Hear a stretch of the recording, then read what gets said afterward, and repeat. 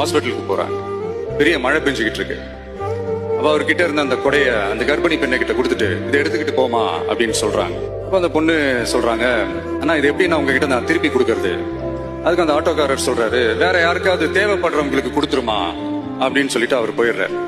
அந்த கர்ப்பிணி பெண் அந்த கொடையை எடுத்துக்கிட்டு ஹாஸ்பிட்டல் வாசலுக்குள்ள போகும்போது அந்த வாசல்ல ஒரு பெரியவர் மழைக்கு பயந்துகிட்டு அப்படியே கை கட்டிக்கிட்டு நின்றுட்டு இருக்கிறார்.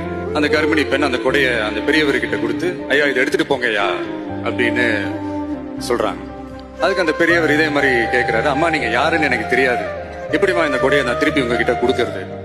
அதுக்கு அந்த பொண்ணு சிரிச்சுக்கிட்டே சொல்றாங்க, வேற யாருக்காவது தேவைப்படுறவங்களுக்கு கொடுத்துருங்க ஐயா அப்படின்னு சொல்லிட்டு போயிடுறாங்க. உடனே அந்த பெரியவர் கொடையை எடுத்துக்கிட்டு பஸ் ஸ்டாப்புக்கு வராரு. பஸ் வருது, ஏறி போகும்போது அங்க பாக்குறாங்க ஒரு பூக்கார அம்மா பூவை வச்சுக்கிட்டு ஒரு அட்டையை இப்படி மழைக்காக பிடிச்சிக்கிட்டு உட்கார்ந்துட்டு இருக்காங்க. பெரியவர் போய் அந்த கொடையை அந்த பூக்கார அம்மா கிட்ட கொடுத்துட்டு அவர் பஸ் ஏறி போயிடுறாரு.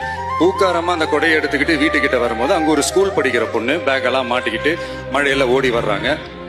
அவங்க போய் அந்த ஸ்கூல் பொண்ணு கிட்ட கொடையை கொடுத்துட்டு, மழையில நனையாதம்மா இதை எடுத்துக்கிட்டு போங்க அப்படின்னு சொல்றாங்க. பொண்ணோட அப்பா பதட்டத்தோட வாசல்ல நின்றுட்டு இருக்கிறாரு, பொண்ணு மழையில நனைஞ்சுக்கிட்டு வரணுமே அப்படின்ட்டு. அந்த அப்பா வேற யாரும் இல்ல, அந்த ஆட்டோக்காரர்.